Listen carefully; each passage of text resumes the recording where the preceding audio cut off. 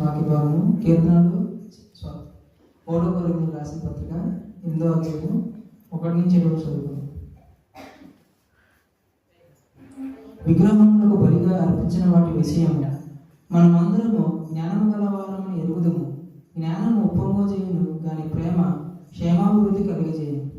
ఒకడు తనకి ఏమైనా తెలుసుకున్నని ఉంటే తాను తెలుసుకునవలసినట్టు ఇంకా ఏమీ తెలుసుకున్నవాడు కాదు. ఒకడు దేవుని ప్రేమించిన ఎడల అతడు దేవునికి ఎరుగైన వాడే.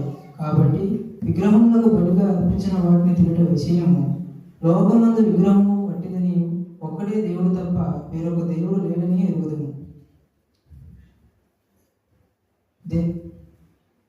దేవతల పడిన వారు, ప్రభువులను పడిన వారు అనేకులు ఉన్నారు.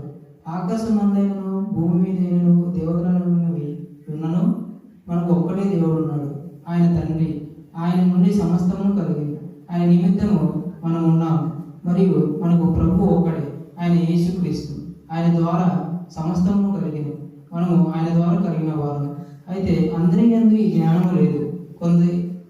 కొందరి ఇదివరకు విగ్రహములను ఆరాధించిన వారు కనుక తాము భుజించు పదార్థములు విగ్రహములకు బలి ఇవ్వబడినవని ఎంచి భుజించుతారు. ఇందువలన వారి మనస్సాక్షి బలహీనమైనది అపవిత్రమవుతుంది. ఈ పరిశుద్ధ వాక్యం దేవుడు తెచ్చుగా.